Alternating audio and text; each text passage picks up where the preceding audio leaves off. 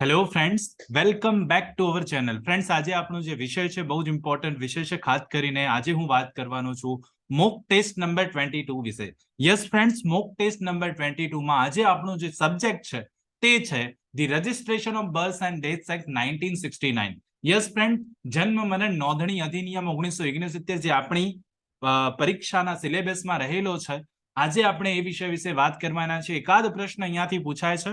Most important 20 MCQs હું આપ સૌ માટે આ ટેસ્ટમાં લઈને આવ્યો છું. તો friends, this is Chirag sir અને આપ જોઈ રહ્યા છો કોઈ પણ કાયદાને ગુજરાતી ભાષામાં ખૂબ જ સરળતાથી સમજાવતી ગુજરાતની નંબર 1 અને આપ સૌની મનપસંદ યુટ્યુબ ચેનલ રિયલ એજ્યુકેશન કેચેટ. તો ફ્રેન્ડ્સ, જે પણ કોઈ સ્ટુડન્ટ્સ આજે અમારી ચેનલ પર નવા હોવ, પ્લીઝ ચેનલને સબસ્ક્રાઇબ કરી લેજો, બેલ નોટિફિકેશન આઇકોનને ઓન કરી લેજો, જેથી આવનારા તમામ વિડીયોઝના નોટિફિકેશન આપ સૌને સૌથી પહેલા મળી જાય. તો ફ્રેન્ડ્સ, બિલકુલ સમયને નહીં બગાડીએ, જલ્દીથી જલ્દી સ્ટાર્ટ કરીએ. તો ફ્રેન્ડ્સ, સૌથી પહેલા mock test number 22 registration of birth and deaths act 1969 માં ક્વેશ્ચન નંબર 1 છે. How many sections are there in the registration of birth and death act 1969? તો ફ્રેન્ડ્સ, આ કાયદામાં ટોટલ સેક્શન્સ કેટલી છે? Options are 25 sections, 27 sections, 32 sections કે 33 sections. તો friend, બહુ સિમ્પલ ક્વેશ્ચન પૂછી લીધો છે. આ તો બેઝિક નોલેજ હોવું જ જોઈએ. અહીંયા એકમાં સાચો જવાબ બને છે સી, 32 સેક્શન છે. C will be correct answer. Question number 2, which is the drafted date of the registration of birth and deaths act 1969? ડ્રાફ્ટેડ date કઈ છે ફ્રેન્ડ્સ? યાદ રાખજો, ડ્રાફ્ટેડ ડેટ પૂછ્યું છે. ડ્રાફ્ટેડ ડેટ કઈ છે? Options are 31st May 1969, 31st December 1969, 31st May 1970, 31st December 1970. તો friend, question number 2 માં સાચો જવાબ બને છે એ 31st May of 1969 will be correct answer. 31st May 1969 is correct answer. Question number 3. Under section 21A of the registration of birth and deaths act 1969, the birth means. તો આ કાયદાની કલમ number 2 subsection 1A માં વાત આપી છે બર્થની. તો બર્થનો meaning શું થાય? Live birth, still birth, live birth or still birth? None of the above. તો ક્વેશ્ચન નંબર 3 માં સાચો જવાબ બને છે સી. બર્થમાં લાઈવ બર્થ અથવા સ્ટીલ બર્થનો સમાવેશ થઈ જશે. C will be correct answer. Question number 4. Under which section of the registration of birth and deaths act 1969 fatal death is mentioned? તો ફોઇટલ ડેથની વ્યાખ્યા ક્યાં આપવામાં આવી છે આ કાયદામાં? ઓપ્શન છે 2A, 2B, 2C કે 2E. તો ફ્રેન્ડ્સ, ક્વેશ્ચન નંબર 4 માં સાચો જવાબ બની જાય છે સી. સેક્શન નંબર 2C માં ફોઇટલ ડેથની વાત કરવામાં આવી છે આ કાયદામાં. 2C will be correct answer. Question number 5. Under section 2F of the registration of birth and death act 1969, the state government in relation to union territory. તો સ્ટેટ ગવર્મેન્ટ યુટી ની વાત હોય તો કોણ ગણાય? ચીફ મિનિસ્ટર ગણાશે, governor ગણાય, chief justice of supreme court ગણાશે કે એડમિનિસ્ટ્રેટર ગણાય? તો ફ્રેન્ડ્સ, યુનિયન ટેરિટરીની વાત હોય તો યાદ રાખી લેવાનું, સાચો જવાબ સ્ટેટ ગવર્મેન્ટના કન્સર્નમાં એડમિનિસ્ટ્રેટર આવશે. તો administrator will be right answer. અહીંયાથી યાદ રાખી લેજો. Question number 6. Who may appoint the Registrar General in India under the Registration of Birth and Death Act 1969? કોણ રજિસ્ટ્રાર જનરલ ઇન્ડિયાની નિમણૂક કરી શકશે આ કાયદા હેઠળ? Options are central government, state government, both A and B, only A. તો friends, અહીંયા 6 નંબરમાં અહીંયા આપ સૌ જાણો છો કે રજિસ્ટ્રાર જનરલ ઇન્ડિયાની વાત થઈ રહી છે તો સેન્ટ્રલ ગવર્મેન્ટ કરી શકે. પણ ઓપ્શન ડી અહીંયા શું છે? ઓનલી એ. એટલા માટે D will be correct answer. અહીંયા એ એકલું જ સાચું છે, સેન્ટ્રલ ગવર્મેન્ટ આવે answer. Only A will be correct answer. Question number 7. Under which section of the registration of birth and death act 1969 district registrar been appointed? district registrar ની નિમણૂક કઈ section હેઠળ કરવામાં આવશે?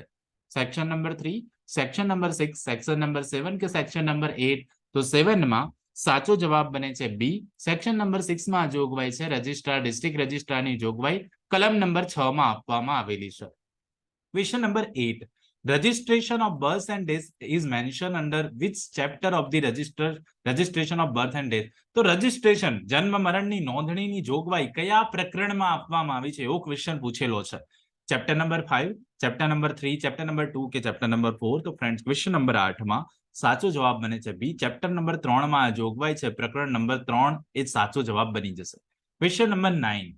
In respect of birth and death in the hospital, હોસ્પિટલમાં birth અથવા death થયું હોય who is liable to give information under the registration of birth and death act 1969 નીચેનામાંથી કોણ જવાબદાર ગણાય એને માહિતી આપવી પડે હોસ્પિટલમાં જન્મ કે મરણ થયું છે તો medical officer in charge of the hospital any other person authorized by medical officer in charge for giving information either A or B only A and not B તો ક્વેશ્ચન નંબર 9 માં સાચો જવાબ બને છે સી આપ સૌ જાણો છો એમ જે પણ કોઈ મેડિકલ ઓફિસર ઇન્ચાર્જ હોય અથવા ઓથોરાઇઝેશન આપ્યું હોય એવા બંનેમાંથી કોઈ પણ એક વ્યક્તિ જે છે માહિતી આપવા માટે જવાબદાર ગણાય right answer will be C either A or B will be correct answer question number 10 in the case of birth or death occurred in the plantation કોઈ ગાર્ડન છે ત્યાં બર્થ અથવા ડેથ થયું છે who shall give the information to the registrar under section 9 of the registration of birth and death act 1969 તો આ કાયદા હેઠળ જો ગાર્ડનમાં કોઈ ડેથ અથવા બર્થ થયો છે એવા સંજોગમાં કોની ડ્યુટી બની જાય ઇન્ફોર્મેશન આપવાની સેક્શન નંબર 9 હેઠળ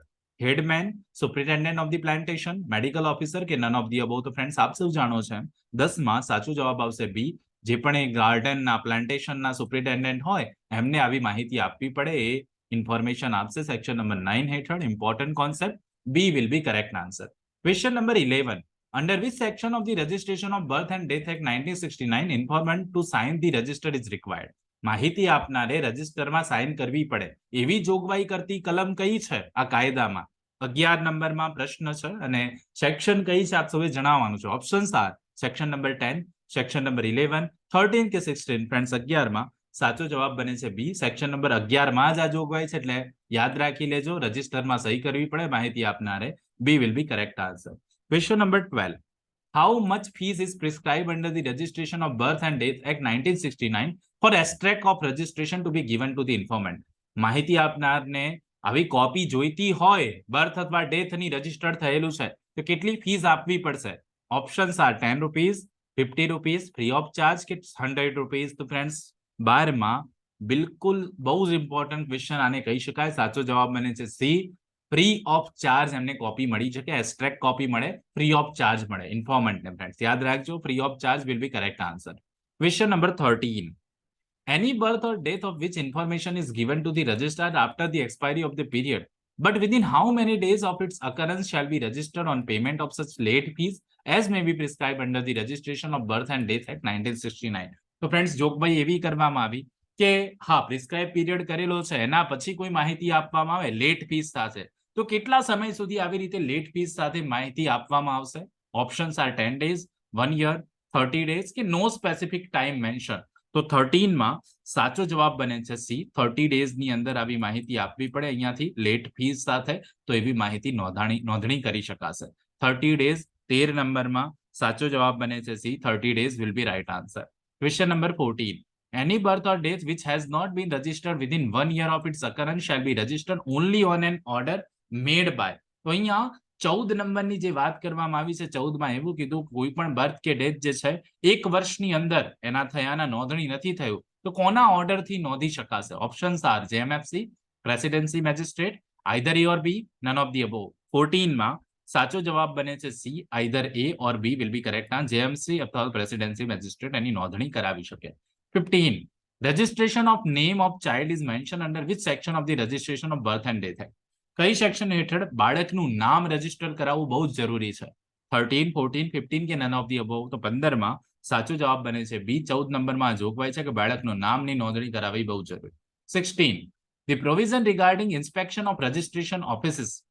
is mentioned under which section of this act તો ફ્રેન્ડ્સ ઇન્સ્પેક્ટ રજિસ્ટ્રેશન ઓફિસનું ઇન્સ્પેક્શન કરવાની જોગવાઈ કઈ કલમમાં છે 15 16 17 કે 18 તો 16 માં સાચો જવાબ બને છે ડી 18 નંબરમાં જોગવાઈ છે ઇન્સ્પેક્શન કરવામાં આવશે આવા ઓફિસનું 17 માં જોઈએ તો what is the power of registrar under section 21 of the registration of birth and death act 1969 આ કાયદા એટલે કે જન્મ મરણ નોંધણી અધિનિયમ 1969 ની કલમ નંબર 21 મુજબ રજિસ્ટ્રારને કઈ સત્તાઓ છે to obtain information regarding birth and death to recover penalties to give cause of death certificate none of the above તો ફ્રેન્ડ 17 માં સાચો જવાબ બને છે એ અને માહિતી એકત્ર કરવાની છે to obtain information regarding birth and death 18 what is the penalty prescribed if any person refuses to write his name in register under section 11 of the registration of birth and death act 1969 કલમ 11 મુજબ કોઈ વ્યક્તિ ના પાડે પોતાનું નામ લખવાનું રજિસ્ટરમાં તો એવા સંજોગોમાં શું પેનલ્ટી થાય અને up to 10 rupees up to 50 rupees, up to 100 rupees કે નન ઓફ ધી અબોવ? તો ફ્રેન્ડ્સ 18 માં જોગવાઈ સ્પષ્ટ છે, જે દંડ થવાનો છે, ફાઇન થવાનું છે, અપ ટુ 50 રૂપીઝ થશે. બી will be correct answer. Question number 19. Any person without reasonable cause contravenes the provision of the registration of birth and death act 1969, કાયદાની કોઈ પ્રોવિઝનનો ભંગ કરે without reasonable cause, in which no penalty prescribe, કે જેમાં કોઈ penalty prescribe કરી નથી, તો એવા સંજોગોમાં કેટલો દંડ કરી શકાશે? રિકવર કેટલો દંડ કરી શકાય? Up to 10 rupees, up to 50 rupees, up to 100 rupees, up to 1000 rupees. તો 19 માં સાચો જવાબ બને છે એ. હંમેશા યાદ રાખજો 10 rupees will be correct answer, કે જ્યારે આ કાયદાનો કોઈ ભંગ થઈ રહ્યો છે કોઈ પ્રોવિઝનનો અને ત્યાં પેનલ્ટી પ્રિસ્ક્રાઇબ કરેલી નથી, તો એવા સંજોગમાં 10 રૂપિયા સુધીનો દંડ વસૂલ કરી શકાશે. 20, ક્વેશ્ચન નંબર 20 નો આન્સર આપ સૌએ મને કોમેન્ટ કરીને જરૂરથી આપવાનો છે. પ્લીઝ કોમેન્ટ કરી દેજો. Who will sanction prosecution under section 25 of the Registration of Birth and Death Act 1969? કોણ સેન્ક્શન કરશે પ્રોસિક્યુશન આ કાયદા હેઠળની કલમ 25 હેઠળ? Chief registrar, registrar general, sub registrar કે the person authorise by the chief registrar by general or special order? તો question number 20 નો આન્સર આપ સૌ એને કોમેન્ટ કરીને જરૂરથી આપવાનો છે. કોણ સેન્ક્શન પ્રોસિક્યુશનની સેન્ક્શન મંજૂર કરશે, કોણ આપશે મંજૂરી, એ મને કોમેન્ટ કરીને આન્સર જરૂરથી આપજો. ઓપ્શન્સ આપની પાસે 4 છે: chief registrar, registrar general, sub registrar કે the person authorise by the chief registrar by general or special order. તો ફ્રેન્ડ્સ આન્સર જરૂરથી કરી દેજો. આઈ હોપ સો આજના વિડીયોમાં the registration of birth and death act 1969 વિશે આપ સૌએ જોયું છે. ઇમ્પોર્ટન્ટ એમસીક્યુઝ આપણે સોલ્વ કર્યા છે. યાદ રાખવા જેવા પ્રશ્નો યાદ રાખવા માટે પ્રયત્ન કરજો. બહુ જ ઇમ્પોર્ટન્ટ છે આ બધા જ એમસીક્યુઝ આપ સૌ માટે. તો ફ્રેન્ડ્સ આવા જ નવા વિડીયો સાથે ફરીથી બહુ જ જલ્દી મળીશું. પણ વિડીયોને લાઈક જરૂરથી કરી દેજો. ચેનલ પર નવા હો તો સબસ્ક્રાઇબ કરી લો. ફ્રેન્ડ્સ આવા જ નવા વિડીયો સાથે ફરીથી બહુ જ જલ્દી મળીએ. ત્યાં સુધી જોતા રહો મારી ચેનલ રિયલ એજ્યુકેશન ગેજેટ. ખૂબ ખૂબ ધન્યવાદ. ખૂબ ખૂબ આભાર ફ્રેન્ડ્સ.